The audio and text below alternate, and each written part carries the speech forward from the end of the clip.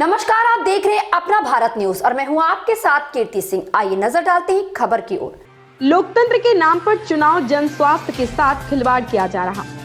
Corona protocol के साथ निजी विद्यालय को खोले जाने को लेकर राष्ट्रीय विद्यालय प्रबंधक संघ के लोगों ने जिला उपाध्यक्ष शैलेश त्रिपाठी के कुशल नेतृत्व में माननीय राज्यपाल महोदय को संबोधित ज्ञापन उप जिलाधिकारी इटावा को देते हुए राष्ट्रीय विद्यालय प्रबंधक संघ सिद्धार्थनगर के जिला उपाध्यक्ष शैलेश कुमार त्रिपाठी, वरिष्ठ प्रबंधक नादिर सलाम ने कहा कि कोरोना के नाम पर 30 जनवरी तक स्कूल को बंद करना शिक्षा के साथ साथ बच्चों के भविष्य और स्कूलों के जीवन को समाप्त करने का षड्यंत्र है। स्कूल सरकार यदि स्कूल को बंद करना चाहती है तो आज से सरकार को स्कूलों के खर्चा उठाने की भी घोषणा कर देनी चाहिए।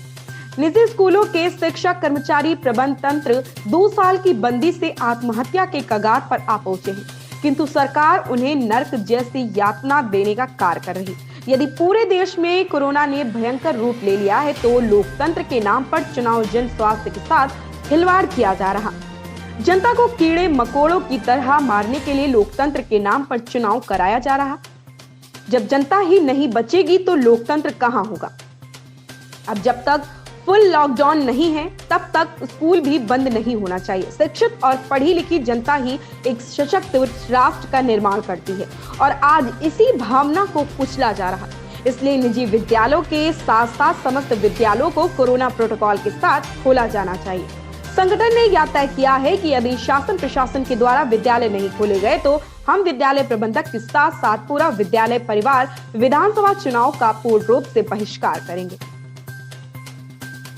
सिद्धार्थनगर से हमारे मंडल ब्यूरो चीफ राजेश कुमार यादव की रिपोर्ट। आज ज्ञापन दिया गया है आप लोगों के माध्यम से, किस तरह का ज्ञापन था ये? सर, ये ज्ञापन विद्यालय को खोलने को लेकर के दिया गया है, जो है महासचिव जी को और महामहिम राज्यपाल जी को। आज जिस प्रकार से लगभग की 1 ही जनवरी से विद्यालय को बंद किए जा रहे हैं, जबकि देखा जा रहा है कि माघ मेले की तैयारी हो रही है।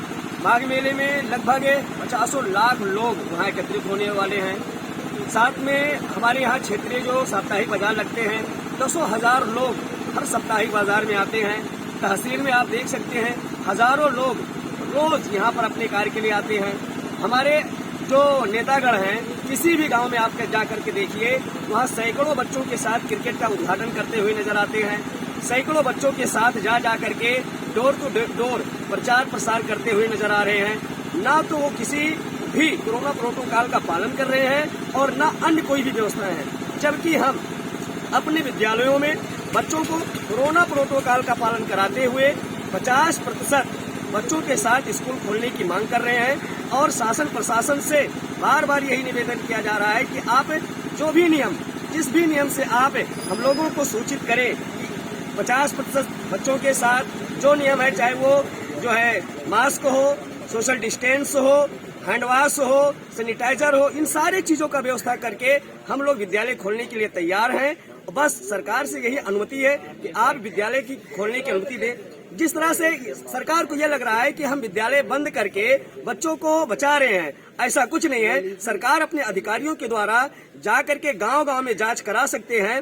हर गांव में 2, 4, 6 गांव के बच्चे एकत्रित होकर के सैकड़ों बच्चे सुबह से शाम तक क्रिकेट खेलते नजर आ रहे हैं, बच्चे जुआ खेलते हुए नजर आ रहे हैं। उनका भविष्य लगातार बर्बाद होता जा रहा है। और अगर इसी प्रकार से सरकार विद्यालयों को बंद कर रहा है और जिस प्रकार से और करता रहा तो आने वाला जो जनरेशन है कहीं ना कहीं पूर्ण रूप से अंगूठा छाप रह जाएगा। इसलिए हम सभी लोगों का निवेदन, ये प्रार्थना है सरकार से, शासन से, प्रशासन से कि हमारे विद्यालयों को खोला जाए। अगर विद्यालय नहीं खोला गया तो हम लोग इस बार विधानसभा चुनाव का पूर्ण रूप से बहिष्कार करेंगे और साथ में हम अपने वाहनों को सरकार के किसी भी सहयोग में जो है आने वाले चुनाव में हम कहीं अपने वाहन को भेजने वाले नहीं हैं।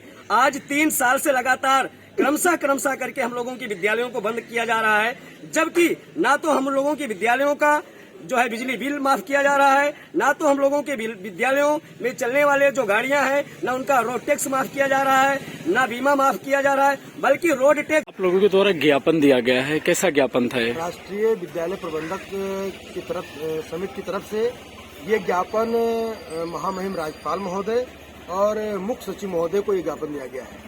जैसा कि हम सभी लोग जानते हैं कि कोरोना की इस महामारी में जो सबसे ज़्यादा क्षति हुई है वो प्राइवेट संस्थानों की, प्राइवेट विद्यालयों की और हमारे नौनिहाल बच्चों की हुई है।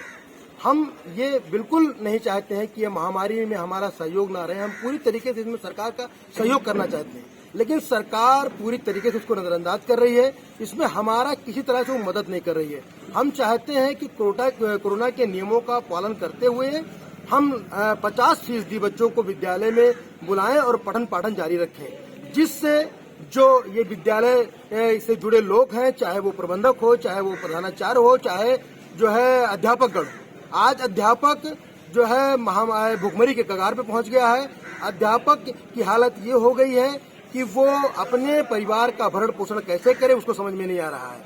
दूसरी बात यह है कि सरकार इसमें कुछ भी जो है अपना दायित्व नहीं निभा रही है। इसलिए हम जो है राज्यपाल के माध्यम से आग्रह करना चाहते हैं कि विद्यालयों को, खास करके प्राइवेट विद्यालयों को ध्यान में रखते हुए जल्द ही कोई ऐसा फैसला करें जिससे बच्चों का जो नुकसान हो रहा है और विद्यालय से जुड़े लोगों का जो नुकसान हो रहा है उसकी भरपाई हो सके। ऐसी ही खबर से जुड़े रहने के लिए आप देखते रहिए अपना भारत न्यूज।